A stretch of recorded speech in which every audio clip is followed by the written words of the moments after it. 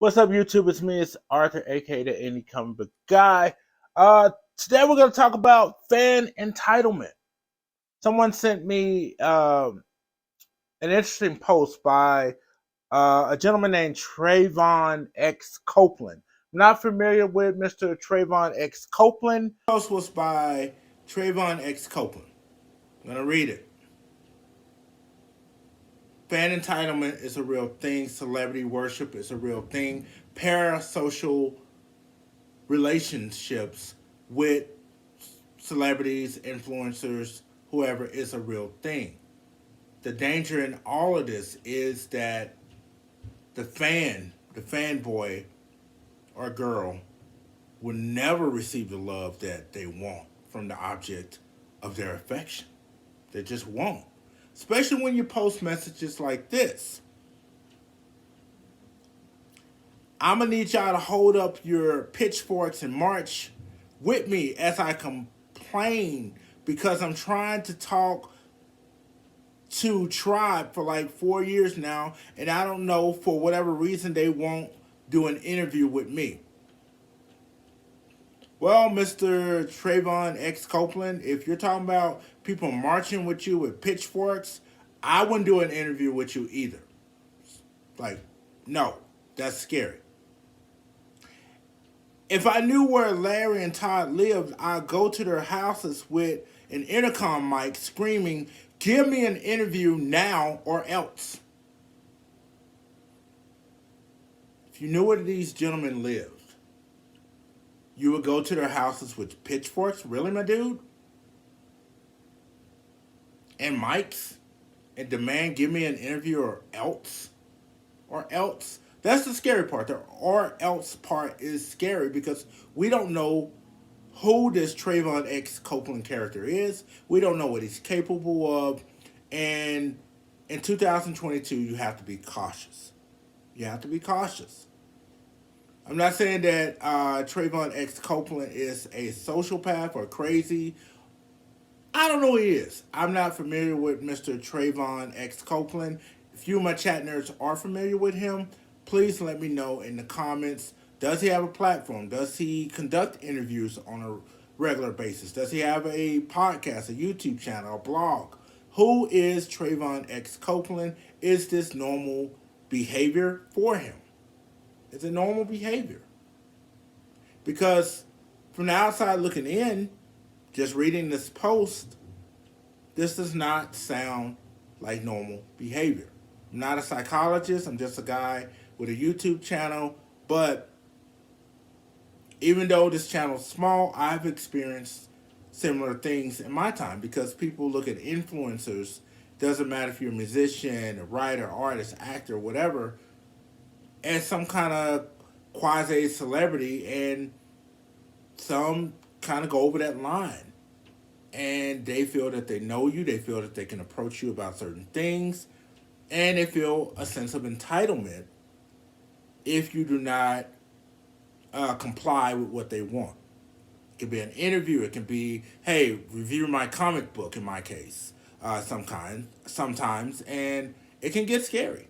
It can get scary because people like this Trayvon X Copeland, they do exist out there. Fan entitlement does exist.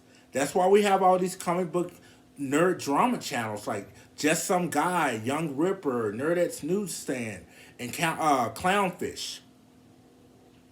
These are entitled fans who feel that the object of their affection, whether it's a Marvel comic book or a movie, if it doesn't meet their standards, if they're doing something with the property that these fans don't like, they feel entitled not only to voice their opinion, they feel entitled to disrupt the system and just tear it all down.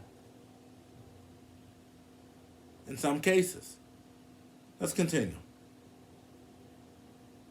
I have all three issues and had question beyond question. Question beyond questions.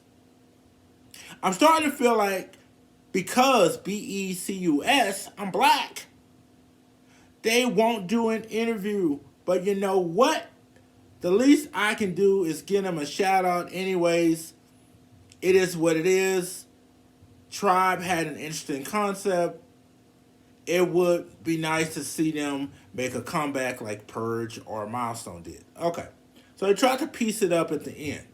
It would be nice to see Tribe come back. It would be nice to see a lot of these books that we grew up in the early 90s would come back. Jim Valentino, he's bringing Shadowhawk back. Um, that's the last Shadowhawk story. Now, early 90s were not very friendly to people of color. African American men in the early 90s, Image Comics, was I said this before in an interview. Chapel got AIDS, Shadowhawk got AIDS, Spawn got killed by his best friend, and his best friend started having fun with his wife. Wasn't a good time to be a black man in early Image Comics. It is what it is. Um, and it's sad. It's sad. But messages like this, posts like this are alarming. Hopefully, Trayvon X. Copeland didn't mean anything by it, but the language he was using can be triggering for certain people. It can be triggering. Like, does Todd and Larry have to contact the authorities just in case? I don't want this Trayvon guy to know where they live. This or else comment, that can mean anything. Again, I don't want to speculate. And again, if you know who this Trayvon X Copeland character is, let us know in the comments below.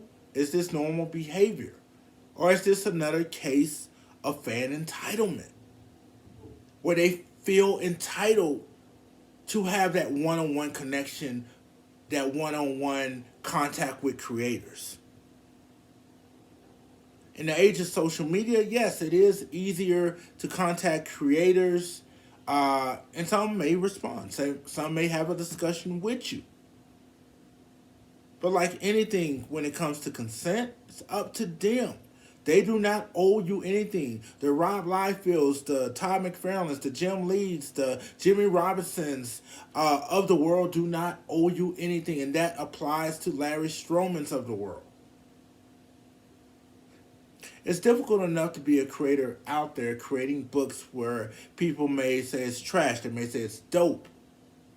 But when that line is crossed, that's a line that we all have to be cautious of.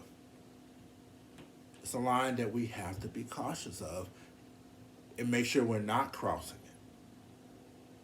We have to make sure we're not crossing these lines. And I do hope that Trayvon X. Copeland didn't mean anything by this message.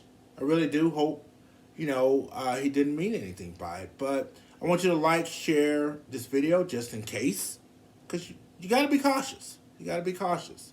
I just want to bring it to your attention. And I want to know what you think, my chat nerds, of fan entitlement. Because fan entitlement also has another name. Fan gatekeeping, where people may be a fan of a Thor movie and never read the comics, and certain fans feel entitled to voice their opinion, like you're not a real nerd, you're not a real fan of this character because you never read the source material. So it's basically that fan gatekeeping on a personal level. That's the danger. That's the danger. Anyway, like, subscribe, let me know what you think in the comments. Do you think this message that Trayvon X. Copeland posted is innocent? Should Larry Stroman and Todd Johnson be worried? If you're new to the channel, like, subscribe. I want to know what you think of this fan entitlement 101. I want to know what you think of fan entitlement as a whole, as well as fan gatekeeping. And I'll see you in the next video.